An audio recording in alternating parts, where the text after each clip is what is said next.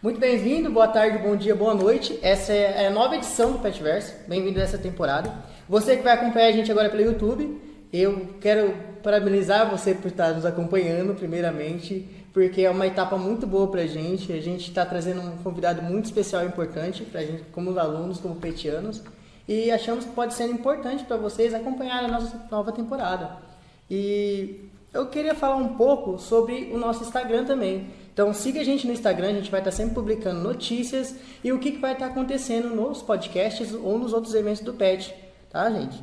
E não deixe de nos acompanhar. Eu gostaria de me apresentar, eu sou o Thiago, e eu vou estar aqui com vocês essa noite, esse dia, essa manhã, não sei que hora que você vai estar assistindo. Nossa companheira. Bom dia, gente. Eu sou a Letícia e eu também estou aqui nessa gravação de hoje. E o nosso convidado... Eu falo? Claro, né? Eu tô aqui pra falar. Você pode apresentar ele primeiro, antes dele começar. Então tá. Vai, apresenta ele. Hoje a gente conta com a participação do professor doutor Rafael. Rafael Souza, para não confundir com outros Rafaéis. Isso, não tem mais. Ele é doutor em Letras, Linguagem Literária e Interfaces Sociais, estudos comparados pela UniOeste, com a pesquisa sobre a análise crítica literária feminista no livro Autobiografia de Minha Mãe, da Jamaica Kincaid. Ele é mestre em Letras, Literatura e Práticas Culturais e foi bolsista pela Fundect, na Universidade Federal da Grande Dourados, em 2017, onde ele analisou a construção do sujeito que sofre com os efeitos da imigração no romance Americana, da nigeriana Chimamanda Ngozi Adichie. Ele se graduou em Letras Português e Inglês e suas respectivas literaturas pela Universidade Estadual do Mato Grosso do Sul, em 2014. Ele lecionou no Programa de Iniciação à Docência, em 2014, e foi voluntário do Programa de Extensão PIBEX, em 2013. Ele também foi pesquisador de iniciação científica no PIBIC, em 2012 e 2011, com estudos em literatura medieval, onde analisou toda a trajetória linguística e literária do escritor britânico Geoffrey Chaucer, no romance de cavalaria The Canterbury Tales, tema com o qual trabalhou até o fim da sua graduação. Obrigada por vir, Rafael. Ai, gente, muito obrigado. Obrigado, que emoção. Eu ia falar que eu quero tatuar agora essa apresentação em mim, para as pessoas saberem. Mentira, quem se importa, né? Nós se importamos, é por isso que a gente convidou hoje é aqui. verdade, vocês se importam. Obrigado, gente, obrigado por estar aqui. Eu tô bem feliz Eu já falei pra vocês em algum momento da minha vida que eu sempre quis fazer parte do PET. Silêncio triste. Porque eu fiz parte do PET. Eu acho que o PET é um programa muito importante para futuras pessoas que querem seguir no meio acadêmico, que querem participar de verdade da graduação. E a gente vive a universidade juntamente com os professores. Sim, e eu tenho a sensação que o PET, ele é uma conexão muito boa para quem quer viver uma nova experiência sobre como a universidade funciona. Eu contei para vocês, né, que quando eu comecei o curso de letras em 2011, foi quando abriu o PET aqui, mas eu estava na UEMS, eu fui aluno da UEMS no curso de letras, então eu vi o PET acontecendo e eu pensava, mas por que não temos um PET, né? E eu via todo mundo viajando, eu morava com o Rafael, que era petiano, e ele ia para Brasília, para São Paulo. Eu falava, poxa vida, eu vou ficar aqui mesmo. Olha, a gente quer primeiramente, mais uma vez, agradecer por você estar aqui com a gente hoje. A gente pensou você com um nome muito especial e importante para estar abrindo essa nova temporada do Petverso, porque queríamos pensar um pouco no professor que está com a gente no dia a dia e que quer trazer um pouco da experiência que ele acabou de ter, né? Então, você como uma pessoa muito especial e importante para todos os petianos aqui hoje, queremos que agradecer bonito. isso. E é nisso tudo que a gente quer saber um pouco de quem é Rafael. A Rafael em si, Rafael fora do meio acadêmico. Tá, o que eu faço fora? Eu jogo videogame o dia inteiro. Mentira, não é verdade, eu jogo bastante videogame. Cara, eu sou uma pessoa muito estranha, eu tenho hábitos muito estranhos, né? Eu sou uma pessoa super ansiosa, eu sou leitor, eu gosto muito de ler. Acho que o que me trouxe a letras foi a literatura, na verdade. Muito embora eu demorei para trabalhar como professor de literatura. Eu fiquei na área da língua inglesa há muito tempo. Porque... E acho que isso dá uma discussão aí bem grande, porque a gente pensa sobre a literatura no Mato Grosso do Sul, como ela funciona. A gente sabe que a gente não tem literatura, por exemplo, na grade. Agora voltou, acho que algumas escolas estão aderindo, mas durante muito tempo não se tinha literatura. Mas eu sempre fui o cara da literatura. Eu sou uma pessoa super Eu me sinto uma pessoa super comunicativa. Muito embora eu seja super tímido. Então, né? Como É um conviver fato com isso? sobre mim. Eu tenho vergonha. Eu não gosto muito de públicos. E eu trabalho com públicos. Mas eu não gosto de públicos quando eu tenho que ficar no meio deles. Acho que existe uma distância entre você ser professor com os alunos. Então, esse espaço que existe talvez me dê um pouco mais de segurança. Muito embora eu consiga transitar muito bem entre os núcleos com os alunos. Não. Eu sinto que eu faço isso, né? Sim. É um relato muito importante, porque é uma realidade que a gente pode ter. Muitas pessoas que estão escutando, muitas pessoas que estão assistindo, podem ser desse jeito, sabe? Que ao mesmo tempo a gente tem esse convívio, a gente também gosta de ficar mais na nossa. Então, uma Sim. timidez que a gente também tem que quebrar todo dia na sala de aula, como pessoa. Exato. Também. Mas ao mesmo tempo eu me sinto um pouco hipócrita de falar isso. O que acontece? Eu acho que quando você escolhe um curso de licenciatura, você tem que estar preparado para trabalhar a sua timidez. Então, assim, é óbvio, eu lembro do meu primeiro seminário da minha vida que eu tive que apresentar na faculdade, foi na aula de Teoria da Literatura, sobre estudos culturais, e à noite eu não dormi, que eu fiquei com vergonha. Mas aí depois você começa a criar um mecanismo de entender que aquelas pessoas que estão ali, você vai ver elas com muita frequência, né? Eram meus colegas de sala, e a mesma sensação se aplica, por exemplo, ao processo de estágio, quando você vai para a sala de aula, você vai ficar ali com aquela turma, você vai acompanhar, você vai saber quem eles são. Então, eu acho que isso dá uma certa segurança para você se identificar como um agente participativo do processo, né? Você não vai apresentar ali e nunca mais voltar. Pode ser que isso aconteça? Pode, mas você fica ali naquele retorno, né? E depois você fica menos tímido. É um processo que você vai criando naturalmente, né? Sim. É uma parte da Sim. vida que a gente acaba desenvolvendo. E fala um pouco, como foi essa trajetória sua acadêmica, de todo esse currículo vasto que está aqui? Nossa, super currículo. E o que você passou, o que você pensou quando você estava estruturando assim, o Rafael acadêmico, o Rafael, como você descobriu que queria ser o professor acadêmico? Tá, vamos lá. Letras, eu preciso dizer que eu fiz um semestre de administração de empresas. Acabou o podcast. Que não sabia disso. Exato. Eu terminei o ensino médio em 2008 e eu fiquei super numa lacuna. Eu não sabia o que eu ia fazer da minha vida. Eu sou de Eldorado, que é uma cidade do interior do estado, aqui do Mato Grosso do Sul, e eu ficava com o sentimento de que eu não sabia exatamente o que eu tinha que fazer. Então, por exemplo, quais são as opções de quem morava em Eldorado? Você vai para Dourados ou você vai para o Paraná. O meu grupo de amigos, as pessoas com quem eu convivia, estava todo mundo vindo para cá. E aí eu sempre ouvi, desde quando eu estava no ensino médio, que eu tinha que fazer artes cênicas. E eu não tenho uma personalidade tão fortificada. Eu era uma pessoa super influenciável, talvez eu ainda seja. Eu estou trabalhando isso para assumir uma identidade mais forte, né, mais concreta. E aí eu lembro que eu prestei vestibular para artes cênicas aqui na UFGD e prestei vestibular para letras na UENS. Mas assim, sem saber exatamente como era artes cênicas. Eu sabia que você ia ser ator, mas eu não estava preparado. Eu não me via, por exemplo, sendo ator. Mas eu ouço até hoje. Você pensa em fazer? Eu falei, não penso. E aí eu comecei, eu passei no vestibular, né? E aí fui fazer letras. Começou primeiro na UENS. E aí a primeira aula de literatura que eu tive, eu falei, é isso que eu quero pra minha vida. E ali eu fiquei. E eu não tinha planos de mestrado, doutorado. O que eu fiz? Eu falava para as pessoas assim, eu vou terminar letras e eu vou voltar para casa dos meus pais, super sem ambição, e vou viver a minha vida dando aula na escola que eu me formei. Pública, tá, Giovana? Uma escola pública. E aí eu falei, eu vou voltar para Eldorado, eu vou dar aula na escola, e eu acho que é esse o processo. Na primeira semana, eu tive uma aula de metodologia científica com a professora Márcia Medeiros, que foi a minha orientadora durante toda a graduação. E aí ela escreveu assim na lousa, pessoal, eu tenho 2 bolsas de iniciação científica, e explicou pra gente o que era o PIBIC. E aí eu falei, eu quero fazer isso daí. E aí, no corredor eu saí e falei assim, professora, eu quero fazer PIBIC com você. Aí ela falou assim pra mim, eu trabalho com literatura medieval. Aí eu peguei e falei assim pra ela, eu amo as Brumas de Avalon. Aí ela falou, eu não. Aí ela falou, eu trabalho com Chaucer, que é o que a Letícia leu pra gente. Ela falou, eu trabalho com Geoffrey Chaucer, Baixa Idade Média, século 13 e 14. Pode ser pra você? Eu não sabia, não fazia ideia de quem era o Chaucer. Eu falei, claro que pode, imagina. E ali, no primeiro mês, eu já tive orientação com ela já fez o processo, a gente já fez o projeto, eu consegui passar no processo do PIBIC, E aí eu trabalhei com o Chaucer no primeiro e no segundo ano, eu trabalhei com 2 contos dele, eu trabalhei com o Tratado do Amor Cortês no primeiro conto, e depois eu trabalhei com religião na Idade Média. E aí eu comecei a pensar na ideia de pesquisa. E aí os próprios professores falavam pra mim no curso, tipo, Rafael, você tem uma personalidade de quem vai pro mestrado. Eu falava, imagina. Porque pra mim, gente, o mestrado era uma coisa muito difícil, tipo, uma coisa distante, sabe?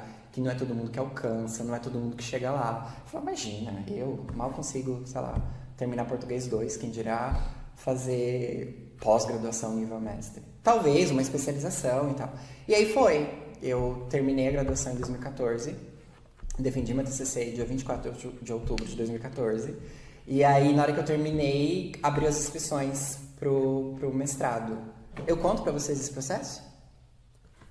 Tá bom. Que bom, eu vou contar. Sim, não tem problema. Às vezes vocês, sei lá, mas eu vou contar, eu acho que é interessante. Eu acho que é legal, porque eu sempre falo pros meus alunos, eu falo pras pessoas, assim. Às vezes algumas pessoas, nossa, que incrível e tal. Não tem nada de surpreendente. Eu acho que o que tem a ver é o processo que você vai se dedicar pra esse caminho. E aí, quando eu terminei, eu defendi meu TCC em outubro de 2014, em novembro abriu o processo seletivo para o mestrado.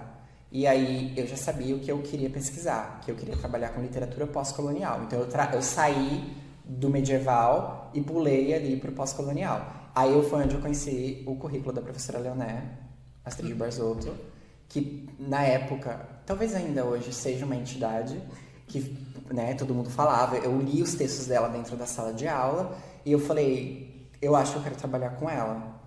E aí eu fiquei desesperado. O processo é super exaustivo, porque você não sabe. Eu não conhecia ninguém da UFGD, eu não conhecia os professores. Eu conhecia assim por nome, já participei de algumas falas, eu já tinha assistido ela, eu tava sondando ela, super stalker, né? Ela andando na rua, eu atrás dela. Mentira, gente, eu não fiz isso. Mas talvez eu tenha feito, mas eu não vou falar que é verdade. Fica aí no ar pra acreditar se eu tava seguindo a Leonel ou não. E aí eu... Fica pensando assim. Aí Será que... corta essa parte. E enfim, e aí todo mundo falava super bem dela. E eu tinha um amigo que foi aluno dela. E aí ela estava na minha banca de TCC. Eu convidei ela. E aí eu comecei a estudar. E na época era diferente do que é hoje, o processo de seleção. Eram 3 provas. Hoje são 3 provas, mas são provas diferentes. A primeira era uma prova teórica. Então, eles disponibilizavam 10 obras. Você tinha que ler essas obras para se preparar para fazer essa prova escrita, que inclusive foi nessa sala. E aí, a gente chegou e você tinha 4 horas. E tinham 6 perguntas e uma análise de conto. Então, eles tinham que entender como era o seu processo sobre a teoria literária, ou seja, como você podia analisar um conto, / fazer uma pergunta, uma dissertativa sobre um determinado assunto. E as perguntas que eu escolhi era sobre literatura comparada na América Latina, que era do Eduardo Coutinho, que foi o texto que eu mais dominei e eu respondi essa pergunta. E aí era análise de um conto de uma autora paraguaia, que eu já não me lembro o nome. Enfim, eu escrevi, sei lá, 5 páginas, com uma dor de cabeça, a minha mão doendo, eu falei, eu não vou conseguir. E quando eu saí, eu liguei pra minha mãe e falei, ai mãe, eu acho que não é pra mim, sabe? Não é pra mim. Mas enfim, aí eu passei na fase, aí a segunda fase foi a prova de proficiência, que era de língua inglesa, aí eu escolhi língua inglesa, e é uma dica. Deixo uma dica pra quem está assistindo a gente, pra quem quer fazer mestrado, eu dou uma dica. Mesmo que você domine inglês, e se você quer ir para um mestrado e doutorado, não escolha a língua inglesa como a sua língua de proficiência, escolha espanhol. Porque no doutorado é muito raro você ter espanhol como segunda língua. E aí as pessoas têm que estudar, tipo, francês, italiano, tipo, são línguas muito mais distantes, na minha opinião. É uma boa dica, eu não sabia disso, já ia... Exatamente, já pegou Exato, a gente Letícia, muito porque bem. assim, por exemplo, eu sei que vocês dominam inglês. Eu também dominava inglês na época, então o que eu fiz? Eu escolhi inglês e descartei o inglês, porque na hora que você, no doutorado, você não pode repetir as suas línguas de proficiência. Então eu acho que isso é uma estratégia muito boa. Deveria ter escolhido espanhol. Chegou no doutorado, eu tive que me preparar para uma outra língua. Enfim, aí fiz o inglês, e aí passei, e aí você vai para a entrevista. O que é a entrevista? Você tem que fazer um projeto, você envia esse projeto, e aí você tem que fazer uma entrevista com a banca. E aí na banca eles vão te arguir. Por que você está aqui? Por que você escolheu esse mestrado? Você dá conta, são 2 anos. Se você não conseguir bolsa, você vai continuar? Porque essa ideia de você poder, por exemplo, não dar conta... Porque a gente sabe que o aluno de letras, em sua maioria, é um aluno de margem financeira, né? Nem sempre vai dar conta. E eu falei, não, eu dou conta, enfim. Mas aí foi um processo, assim, bem triste. Hoje é diferente, hoje não tem a prova teórica em algumas universidades. Eu acho que facilita. Não que eu acho que deva ter, tá? Porque você é avaliado pelo seu projeto e depois você faz a prova de proficiência e vai pra entrevista. Talvez eu acho que facilite. Então esse foi o meu caminho. E aí, quando eu terminei o mestrado, eu terminei o mestrado em 2017. Em 2018 eu fiz um processo seletivo pra UEMS, pra dar aula na UEMS, assim, fiz por fazer, e eu passei. E aí eu comecei a dar aula na universidade. Então, assim, não foi uma coisa que eu planejei. Foi uma coisa que me falaram que eu deveria fazer. Entendi. E aí foi acontecendo. Aí, quando foi 2020, durante a pandemia, eu decidi, agora eu quero isso pra minha vida. Realmente, eu amo a pesquisa. Eu acho que lecionar no ensino superior é super maneiro. Eu conheci gente muito legal, aprendi muito.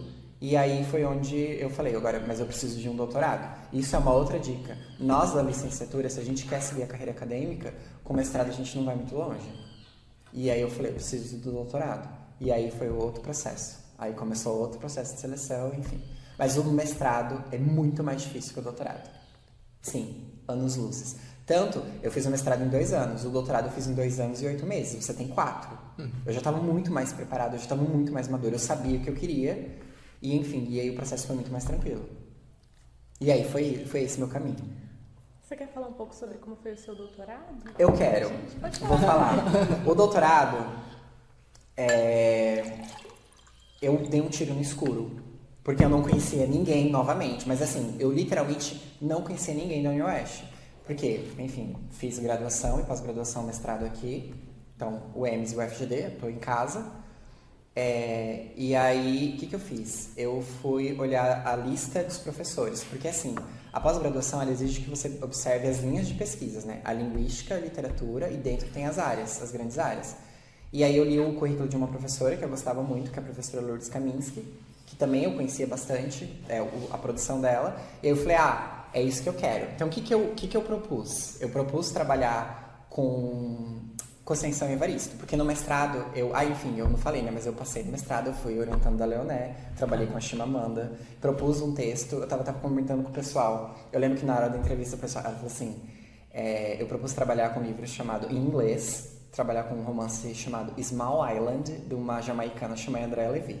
Aí eu falei assim, eu queria trabalhar com esse texto, aí a Leoné falou bem assim pra mim, não, já foi trabalhado. Então assim, você percebe, você precisa ter um objeto novo, você não pode chegar na pós-graduação, tudo bem, tem gente que trabalha com Machado de Assis o tempo todo, mas sempre encontrando um novo caminho. Eu queria trabalhar com o romance da Andrea Levy, através da ótica da literatura pós-colonial, mas já tinha sido trabalhado. Aí a Leonel ofereceu pra mim Americaná, da Chimamanda Adichie. Tanto que foi a primeira dissertação do país. Não tinha ainda uma perspectiva sobre esse olhar do que a gente pesquisou. E aí no doutorado eu falei, vou continuar com uma mesma pegada. E aí eu queria trabalhar com teoria crítica literária feminista em Submissas Lágrimas de Mulheres, da Conceição Evaristo. E aí eu passei com esse projeto, mas aí no primeiro ano eu caí com uma orientadora que eu não queria. Porque tem muito disso, tem um jogo ali, você cai às vezes com um professor que você não estava preparado. E aí em setembro de 2021 eu recebi uma ligação dessa professora que eu queria, a professora Lourdes, ela falou pra mim, Rafael, vem? Aí eu falei, vou! E aí quando eu cheguei em 2022, ela falou pra mim, tem um romance pra eu sugerir pra você trabalhar, que é a autobiografia da minha mãe, da Jamaica Kincaid. Consequentemente, eu também queria convidar a professora Leoné para ser sua co-orientadora. Leoné volta novamente. A gente tá falando muito da Leoné hoje, a gente tá vendo? É uma entidade.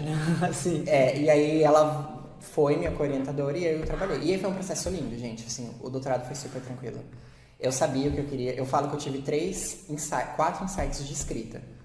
Para escrever o projeto, para escrever o primeiro, o segundo e o terceiro capítulo e eu terminei. Então foi assim, foi um processo. Mas assim, o processo... Eu me considero uma pessoa muito privilegiada, porque eu trabalhei, eu não tive bolsa no doutorado, porque o meu processo de bolsa no mestrado, a bolsa ela exige muito de você, e eu acho que você tem que estar preparado. Tipo, você não vai receber ali a sua grana só pra... Você precisa se dedicar muito. E eu dedicava muito, e eu ficava muito exausto, e eu me sentia... Porque eu tinha muito medo, do tipo assim, Rafael, você não vai dar conta, você vai ter que devolver a bolsa. Aí eu falava, meu Deus, não posso. Então o que eu fazia? Eu fugia, né? Eu fugi de bolsa. Então eu tava trabalhando, eu tava dando aula na universidade, fiz o doutorado trabalhando pra caramba, mas eu tinha a minha disciplina do meu momento de estudo, que eu gosto muito de estudar ali depois das 6 da tarde. Aí eu sempre fazia brigadeiro, tereré, aí eu comprava fandangos, colocava. O combo. Exato, e aí eu me preparava e aí eu ia, enfim. E foi um processo muito mais tranquilo, muito mais feliz, assim. Um combo de estudo muito bom, sabe? Que a gente vivencia sendo universitário, Nossa, né? super. Eu queria fazer uma pergunta pra você. Tem algo que te inspira a ser professor? E outra pergunta junto com isso. Fala um pouco de uma experiência que você tem em sala de aula algo que te marcou, que até hoje você lembra. Que pode ser que as duas perguntas estejam ligadas, sabe? Sim, eu tenho. Hoje ela é minha amiga, o nome dela é Cássia. Ela foi no estágio, 2013, eu fui fazer estágio no Castro Alves. E ela era uma aluna na época do nono A. Eu lembrava, eu fiz um diário de bordo do estágio, eu ficava escrevendo. E aí era uma menina que tinha muita dificuldade de leitura, ela não gostava de ler. E aí eu fiz estágio tanto de língua portuguesa, tanto de língua inglesa com aquela turma. E aí eu levei Jogos Vorazes para trabalhar com a ideia de produção literária enquanto ficção científica. E eu li 3 capítulos com aquela turma. E aí na hora que eu terminei, ela chegou para mim e falou assim, super jovenzinha, sei lá, tinha uns 12, 13 anos, ela falou assim para mim, professor, eu comprei os livros porque agora eu fiquei com vontade de ler. Aí fica com aquela sensação, tipo, nossa, venci, né? Eu acho que a função é você mostrar para o aluno que ele pode ter acesso à arte, né? E se inspira do dia a dia, né? Dá Com aquela certeza. vontade de chegar na sala de aula, conversar com o aluno, trazer livros para ele ler também, porque Exato. ter esse contato, eu acho que chegar assim com um professor ou com os professores muda a nossa vida. Muda. A gente conhecer alunos, conhecer pessoas que têm os mesmos gostos e vai levando e você consegue... Exato. Eu acho que isso aproxima, né? Sim, aproxima muito e a gente consegue levar o dia a dia mais fácil. Parece que a gente acorda mais animado para fazer o que a gente tem que fazer todo dia, né? E eu queria uma pergunta assim, sabe? Para você como professor de inglês aqui na nossa instituição, um Rafael que viajou esse Brasil todo, esse planeta Terra inteiro. Eu fui pra Europa só 2 vezes. Ah, só 2 vezes? White people problems, né? Não, mas não foi... Eu falo... As pessoas... Ai, meu Deus. Mas não foi tanto... eu fui só 3 países, só. Sério? Qual que são os 3 países que Eu você foi? fiquei 10 dias na Espanha, aí eu fiquei em Madrid, e aí eu fui pra Barcelona e fui pra Toledo. Por sinal, que Toledo foi o melhor lugar que eu fui na minha vida.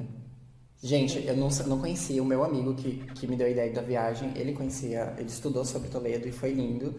E aí é uma polêmica muito grande, porque a Espanha é bem melhor que a Inglaterra. E eu, como professor de língua inglesa, falei, imagina, né, vou chegar lá, vou me identificar, venho estudando na Inglaterra desde a Idade Média.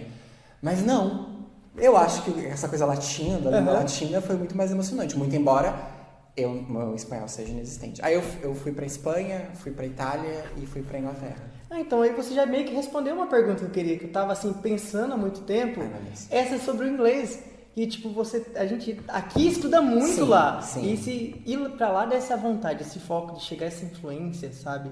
Essa vontade que a gente tem de até ir pra Europa. Isso é eurocentrismo, né? Que a gente tem de ver muito. Eu me sinto, próximo. Thiago, eu me sinto um professor muito decolonial. Olha isso, né? Quebrando barreiras. Eu falo o seguinte, eu sempre falo isso, e eu acho que eu falei isso pra vocês em algumas disciplinas. Por que a gente tá aqui em Dourados? Aí eu gosto de fazer um locus geográfico, tá? Sim. Dourados, Mato Grosso do Sul, Centro-Oeste, Brasil, América Latina, discutindo sobre a literatura de língua inglesa. Tem 2 pontos. O primeiro que é o impacto dessa literatura, que mudou o curso da história da arte no mundo, obviamente. Então, eu acho que o olhar para a Europa, ele sempre foi muito mais latente. Aí a gente pode pensar em questões econômicas, questões raciais, questões religiosas, ideológicas, sociológicas, capitalistas, que faz parte do processo. Enfim, a gente sabe como que funciona isso. Mas, quando eu fui... muita gente fala assim pra mim, porque pra você já é professor de língua inglesa, pra você foi super tranquilo. Imagina, eu fiquei desesperado. Nossa. Eu adoro falar isso porque eu acho que isso é super importante. Assim, eu sou uma pessoa extremamente ansiosa. Eu sou completamente né, eu falei, meu Deus, eu não vou dar conta. E o meu amigo que tava comigo, que é médico, o Taylor, ele falava, ele, assim, eu não falo inglês. E ele super seguro em mim, e eu fingindo, eu falei, imagina, tá tudo bem. Mas eu tava tipo assim, se alguém falar comigo de um sotaque do interior de Londres, ali da Inglaterra, e eu não entender, eu vou falar yes, eu vou virar a cara e vou sair andando. Mas não, porque quando você chega lá, você percebe que o inglês que a gente aprende, por exemplo, em instituições de língua inglesa, como escolas ou na universidade, ele não é o inglês falado. E eu sempre acho que isso é super honesto de se dizer, né? Então, assim, tanto que eles, em algum momento eu tive conversa com uma senhora, eu fui para uma cidadezinha chamada Glastonbury, que é uma cidade que se passou as Brumas de Avalon. Eu fui justamente por conta disso. E a cidade tinha, sei lá, 2.000 pessoas. E é um inglês muito diferente do inglês norte-americano e até mesmo do inglês britânico de Londres. E aí eu sentei num banquinho, eu tava esperando o ônibus para voltar para Londres. E aí, porque, enfim, você vai de trem ou de ônibus, a gente foi de ônibus, e aí essa senhorinha perguntou assim pra mim. Eu perguntei pra ela uma informação do ônibus, ela falou assim pra mim, de onde você é? Você é da Itália? Você é italiano? Eu falei, não, eu sou brasileiro. Aí ela, nossa, seu inglês parece ser muito italiano. Aí depois eu fui conversar com uma amiga minha, que é professora de italiano, e ela disse pra mim, isso é péssimo. Ela falou, isso é péssimo. E eu falei, meu Deus, por quê? Aí ela fez uma explicação, não fez sentido, mas eu amei o fato dela. Nossa, você, né? Eu já me senti um europeu, super eurocentrado. Aí eu me senti nem um pouco decolonial. Mas eu acho que é importante a gente pensar que quando você começa a falar, se a pessoa não entende o que você está falando, você pergunta, você pode falar para ela. Fala assim, desculpa, eu não entendi o que você falou. Não tem nenhum problema. A gente acha que a gente não pode falhar. Por quê? Porque a gente tem essa síndrome de latino-americano, que o nosso inglês tem que ser perfeito, de que a gente tem que fazer esse apagamento de accent, que a gente tem que chegar lá. Não. Assim, quem vai para a Europa, você tem que ter ciente que a Europa nada mais é do que um grande caldeirão cultural. O que eu mais encontrei lá foi indiano, brasileiro, argentino. Tinha muito brasileiro. E você conversa. O cara que me atendia no hotel era muçulmano. Então, era um inglês que eu não estava habituado a ouvir. Eu acho que ele... Eu não lembro como, mas assim, você fica horas, assim, você aprende muita coisa. E aí, óbvio, você vai encontrar com um britânico que você conversa com inglês nativo ali, com aquele inglês que tem o sotaque próprio da identidade local. Mas, assim, é muito importante vocês... Eu falo isso pra todo mundo. Tipo, gente, vai e, tipo assim... Não se preocupa com, eu não vou dar conta, porque o inglês e tal. E o inglês é uma coisa que sempre teve comigo. Sempre. Eu era aquele adolescente insuportável, sabe? Que ninguém quer ser amigo. Porque eu ficava, tipo, ouvindo... Eu falava aquele papo bem patético, do tipo assim...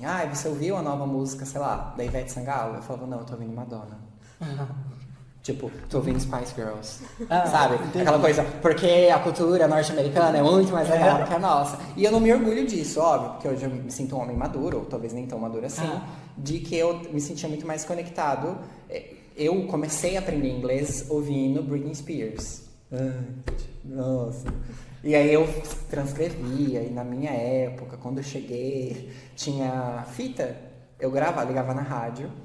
Nossa, eu tô muito velho, né? Eu tô me sentindo uma pessoa muito idosa. Nossa, só faltou você falar que você tava gravando no seu CD ou no toca-fitas. Super, eu ia falar isso agora. Eu ia falar isso agora? Eu ia falar isso agora. Porque a gente aprende o inglês assim também nessa das músicas, né? Fica muito mais natural. Nossa, e eu sou um professor extremamente narcisista. Quando eu trabalhei muitos anos em escola de idioma, e aí a gente tinha que fazer todo mês uma atividade com song.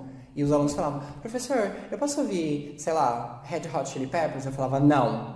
E aí eu levava as músicas que eu gostava, sabe? Tipo assim, você vai ouvir, sei lá, Kelly Ray Jepsen. Nossa, eu tô me entregando, que vergonha. E aí eu colocava umas músicas pop do momento. Eu obriguei os meus alunos, eu tive uma turma que eu obriguei eles a ouvirem todas as músicas do Shawn Mendes. Como é? Aí qual é a palavra? Tortura. Tortura. Completamente. E assim, os outros professores, assim, o que você vai passar de song? Eu vou passar Adele, porque os meus amo, inclusive. Um aluno meu pediu, sei lá, Foo Fighters, Nirvana. E os seus? Eu falei, os meus pedem, mas eu não obedeço, porque era sobre mim, sobre eu realizar o meu sonho de dominar aquela letra. E aí eles não sabiam cantar, eu falava assim, não é assim que canta. Olha a didática, né? Era uma ditadura.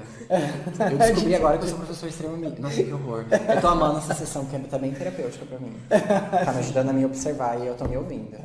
Mas eu acho que esse é o processo do ensino. Eles gostavam. Será? Será que...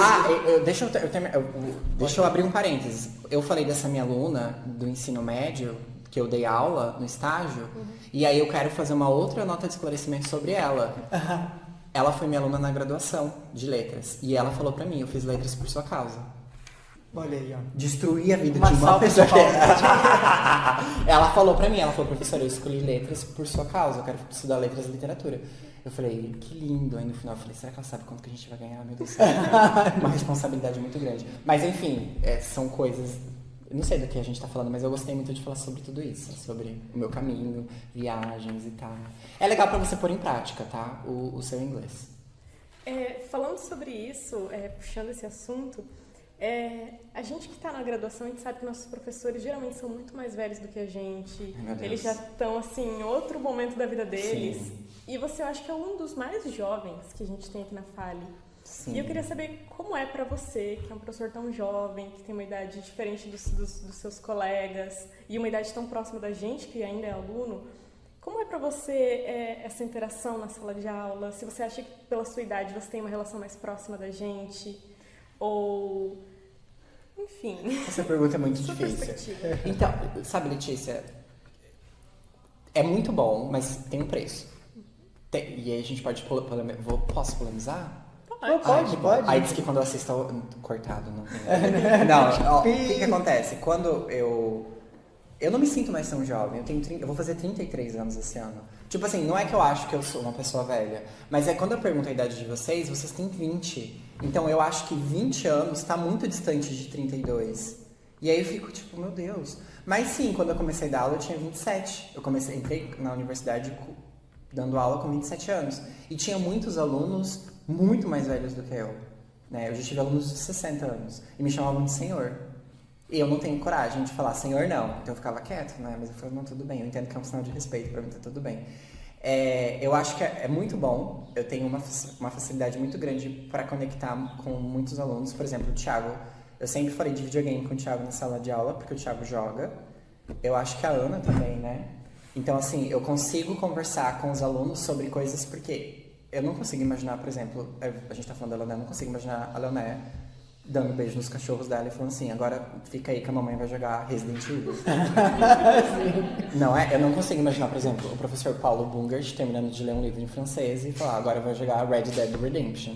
Então. Eu consigo imaginar o Gregório, talvez.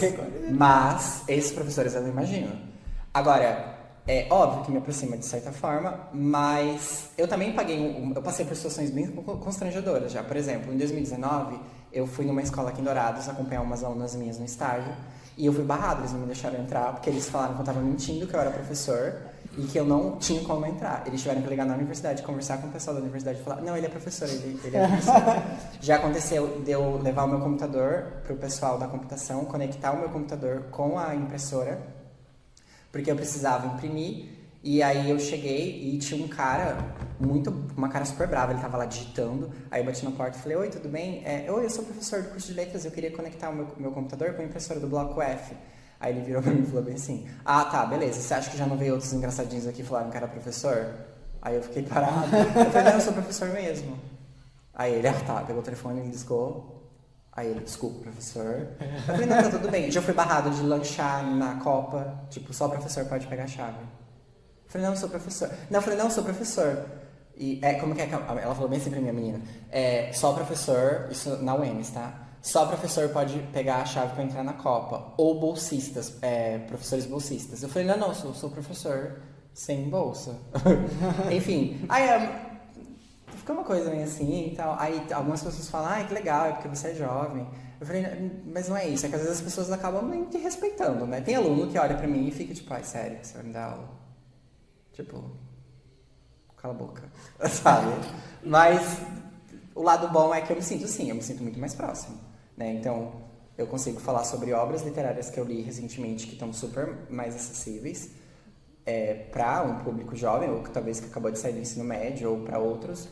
E falar sobre cultura pop, que eu gosto muito, mas ao mesmo tempo eu me sinto às vezes meio estranho, né? Sei lá, uma reunião com os professores que estão dando aula na universidade há mais de 20 anos, eu fico quieto, né? Eu falo, meu Deus, quem sou eu para falar? Você concorda? Eu falo assim, sabe?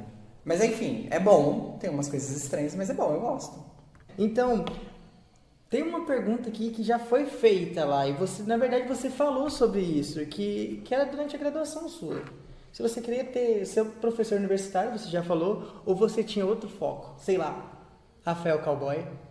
Imagine o cowboy. Rafael Pescador. Pescador. Não sei. Rafael, não sei, assim... Eu queria... Sabe o que eu queria? Vocês estão prontos? Eu queria ter uma coluna no jornal. Rafael, jornalista. Eu queria ter um blog. E aí eu queria... Ah, que patético. Sabe por quê? É patético. Eu vou falar, cara, eu vou me destruir muito. Isso vai ficar eternizado. A gente corta qualquer coisa. Não, a gente não vai cortar. A gente vai deixar pra vocês verem depois. Eu vou contar uma coisa. Antes de eu fazer letras, eu era obcecado por uma série chamada Sex and the City. Eu era viciado em Sex and the City. E em Sex and the City tem uma personagem que é a Carrie Bradshaw, que é a senha da minha internet da minha casa. É verdade. Se vocês forem pra minha casa, é só digitar. É que assim, eu tenho 2 redes na minha casa. Distrito 4, que é de Jogos Vorazes, e Distrito 13, que também é de Jogos A Vorazes. gente tá anotando aqui pra... E aí a minha senha era Carrie Bradshaw. Pra ir que é o nome da personagem. O que a Carrie tinha? Ela tinha um sexo, que era Sex and the City, Sexo e a Cidade. Que ela falava sobre a experiência dela com relação... Essa é uma coisa que não faz o menor sentido, porque ela ficava com várias pessoas. Eu sou um super fracassado. E aí, mas eu queria escrever. Aí o que eu fazia? Eu escrevia num tipo um diário. Tipo assim, eu ia na sala e aí tinha uma experiência na escola e eu escrevia, tipo... Você fazia fix Eu nessa fazia. época. Eu tenho uma fanfic super famosa sobre Crepúsculo que vocês nunca vão ler. Super Nossa. lida. Fala onde é mesmo que... Você tinha blogspot? Tinha. Então... Eu tenho até hoje. Na verdade eu tenho no WordPress, eu tenho um blog, mas vocês nunca vão saber o que é. A gente consegue encontrar tudo. Não tem meu nome, é um pseudônimo. Vocês que estão aí, se alguém encontrar no YouTube, pode colocar o link. A gente vai compartilhar, vai Algumas postar, pessoas assim. eu sei que sabem. Eu ia falar, mas eu conto histórias pessoais minhas, assim, sabe? Porque aí eu sempre quis, não quero ser escritor, mas eu queria ser colunista. E eu queria morar em Nova York e na minha, né? Mas aí letras se aproximava muito disso porque a nossa área é muito aberta. Então, assim, a gente pode ir pra licenciatura, a gente pode ser tradutor, a gente pode ser revisor. Uma das minhas grandes amigas daqui, que inclusive foi do PET, a Gabriela Prado, ela hoje ela está em sala de aula, concursada no estado e no município. Ela é um gênio. Ela é uma pessoa que escreve pra caramba, ela lê pra caramba e ela teve um momento da carreira dela que ela se dedicou a ser apenas revisora. Ela ficava só revisando e corrigindo redações. E ganhava uma grana super interessante, porque às vezes a gente esquece que, ele faz letras, o que ele vai ter que fazer? Ele vai ter que ir pra sala de aula. E não, às vezes você pode ir pra um outro caminho, você pode ser um revisor, você pode ser, às vezes, só professor de apoio. Tem uma colega também que hoje, ela dá aula também, mas a maior parte da renda financeira dela vem de aulas de revisão. E eu acho que isso é super importante, né? Então eu acho que tem muito a ver com isso. Eu queria ser professor. Eu amo ser professor, na verdade. Eu não troco. Sabe o que eu queria ser? Por um tempo eu quis ser fisioterapeuta. Porque minha mãe tinha dor no pé. Aquele idiota. Que fofo, você queria cuidar Eu falava, dela, vou cuidar assim. da minha mãe. Mas aí eu descobri que você tinha que ver corpos, músculos, assim. Nossa. Aí eu falei, não é minha vibe. Eu descobri que tinha isso numa vez que eu fui me candidatar na escola, apareceu assim, aula de anatomia. Eu não sabia nem o que era. Chegou lá um coração aberto. Falaram, não, pra vir na FGD. Eu tava no ensino médio, no ensino médio já nem tinha me tocado, porque eu sou um pouco desligado, eu tava lá na anatomia. Eu vi o pessoal indo, eu falei, pode ser que seja interessante eu ir. Na hora que eu descobri dentro do ônibus, eu já nem saí do ônibus. Fiquei por ali mesmo, por ali e voltei pra casa. Você tem problema com sangue? Nem isso, eu tenho problema com coisas mortas, assim, que eu possa ver e possa me impressionar, sabe? Faz Sangue, sentido, cérebro. eu também, eu não gosto não. Não gosto muito, até de filmes assim, às vezes eu evito bastante. E é um processo, é tipo, algo aleatório que eu falei agora aqui, mas que faz parte. Não, eu super te entendo, porque o motivo pelo qual eu não fui pra fisioterapia, para além de eu achar que eu seria um péssimo fisioterapeuta, eu poderia quebrar o pescoço de alguém, é o fato de que eu tinha que ter que lidar com o corpo humano, tipo sangue, você tem aula de anatomia. Mas aí, e eu digo tudo isso pra dizer que às vezes as pessoas escolhem a letras achando que vai ter que só ficar na sala de aula, quando na verdade não, a gente pode fazer uma série de coisas. Nossa área é muito ampla para tudo. Muito. Muitas coisas às vezes que a gente pode escolher, tanto para depois da universidade, numa pós-graduação, tanto para o mestrado. Você sai daqui muito bem formado para outras áreas que você queira fazer. Exatamente. É um curso muito bom para isso, dá uma base muito boa, né? Eu acho que letras é uma boa opção para as pessoas escolherem. E eu acho que, eu não sei se vocês têm essa sensação, mas eu acho que a letras, ela dá ela te coloca num locus bem massa, principalmente quando você, porque eu gosto de imaginar que nós temos duas grandes áreas nas letras, né? Então a gente tem a linguística e suas ramificações e a literatura e suas ramificações. Eu gosto de dizer que a linguística é a cardiologia das letras e a literatura é a psicanálise. Faz sentido pra vocês? Não, mas a gente vai colocar numa placa. Faz sentido assim. Não faz sentido? Faz um sentido. Tem o seu campo ali, sabe? Mas eu acho que o pessoal da literatura é tudo doido. Eu sou da literatura, eu me sinto meio estranho. Então, você tem a simpatia, né, do pessoal ali. Mas eu acho que é nosso curso, a gente tem como falar, né? Tipo, olha, o pessoal da linguística, primeiro que eu acho que o pessoal da linguística...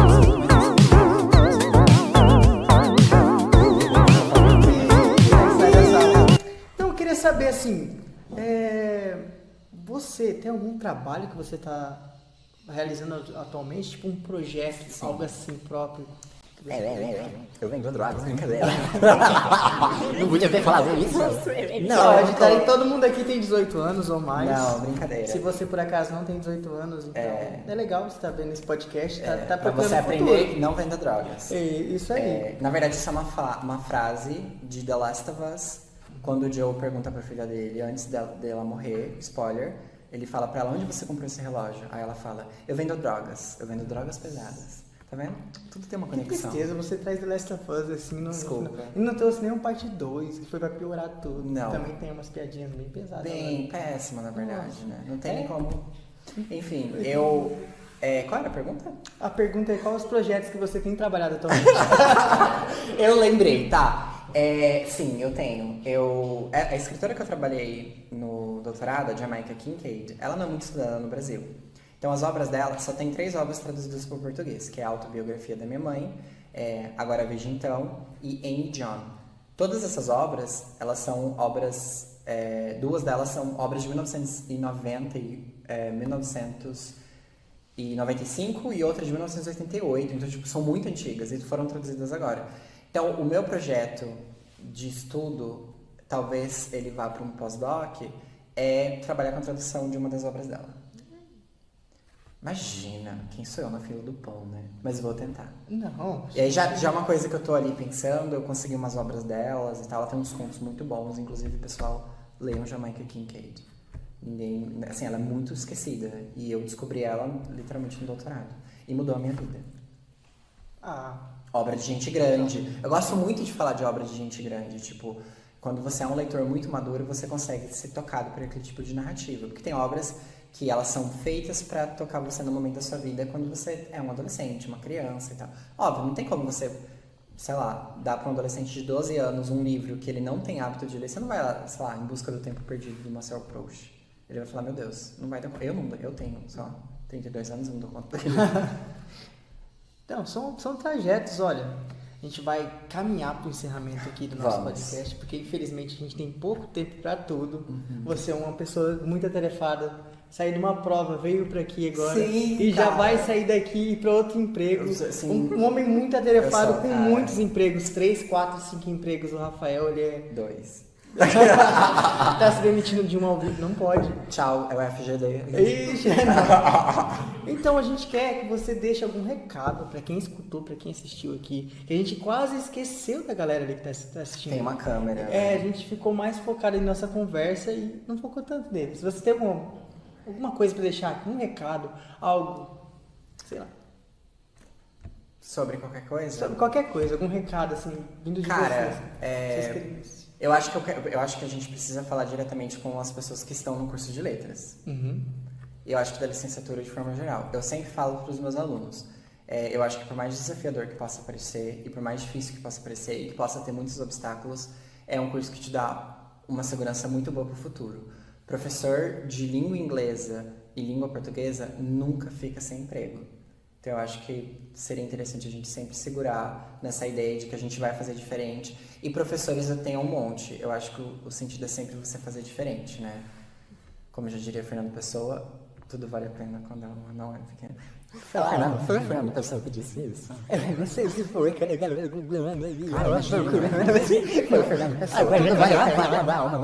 Fernanda Pessoa.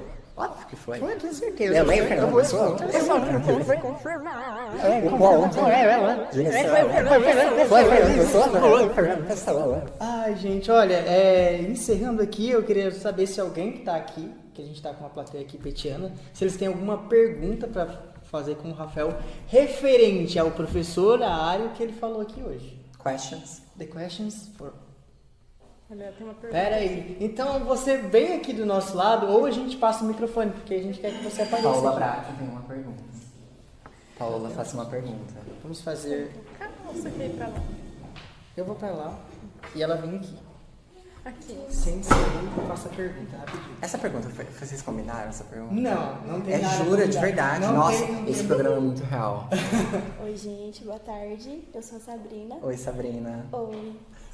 Na verdade, eu já sei, mas eu acho que seria interessante você compartilhar com quem tá assistindo e quem tá aqui a forma como você conseguiu a sua bolsa do mestrado. Cara, eu adoro essa história. Então, Adoro. gente, tem 2 tipos de bolsa. Na nossa época tinha 2 tipos de bolsa, que era a da CAPES, que você conseguia a bolsa da CAPES pela sua produção do seu currículo. E aí nessa época, enfim, meu currículo como aluno não era grandes coisas e tal, tinha muitas bolsas. Tinham 11 bolsas e eu fiquei, tipo assim, em 12º. E aí eu não consegui. Aí a Leoné falou bem assim, a Leoné foi minha orientadora, ela falou assim, você vai conseguir bolsa porque a gente vai tentar fazer a bolsa da Fundect. A Fundect é uma bolsa do Estado e ela, assim, ela é muito massa. Mas ela oferecia 60 bolsas pro Estado inteiro, para todas as pesquisas, mestrado e doutorado, só que 90% delas iam para a área tipo, das exatas, das agrárias, da saúde. Quem que vai dar bolsa pro pessoal da literatura, né? E aí, fica a crítica. E aí, é verdade, porque as pessoas acham que nós das humanas, das artes, da literatura linguística, que a gente não produz ciência, quando na verdade a gente produz uma baita de uma ciência. E aí eu falei, imagina, a gente nunca vai conseguir.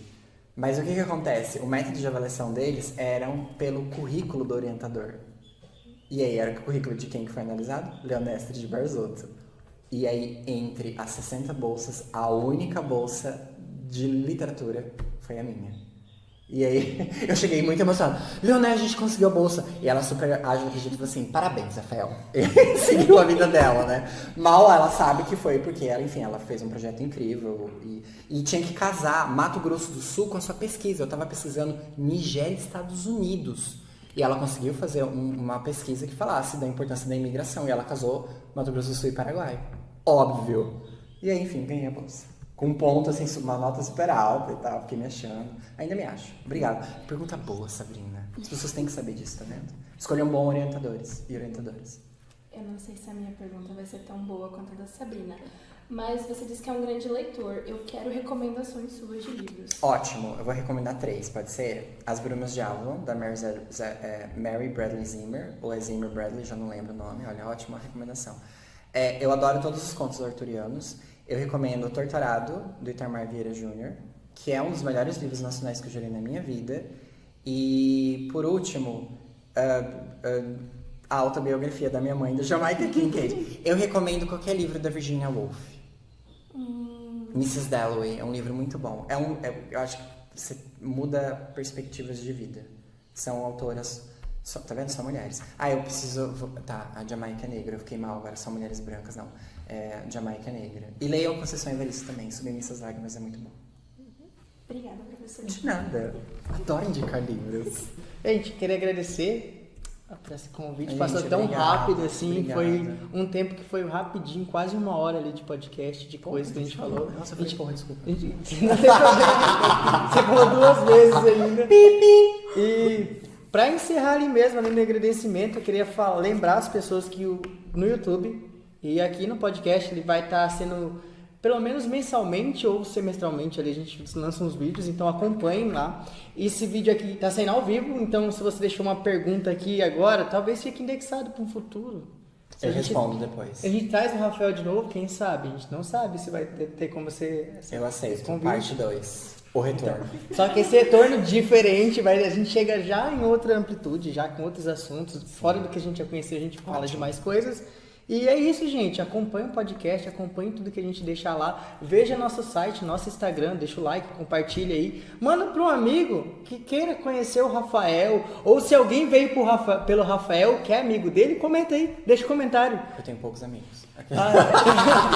Total views, 3 pessoas. 3 pessoas, a minha mãe e minha tia. 3 mil. Então, eu queria agradecer mais uma vez. Quer deixar algum agradecimento? Foi uma tarde ótima, passou super rápido e acho que espero que a gente possa fazer uma parte 2 mesmo. Eu topo. A gente podia fazer uma parte 2 discutindo literatura apenas. Pode ser. É uma boa. Eu super topo. É uma boa. Obrigada de novo, Rafa, por vir. Imagina, eu agradeço. Gente, eu amo muito pet, tá? Vocês são muito privilegiados e privilegiadas.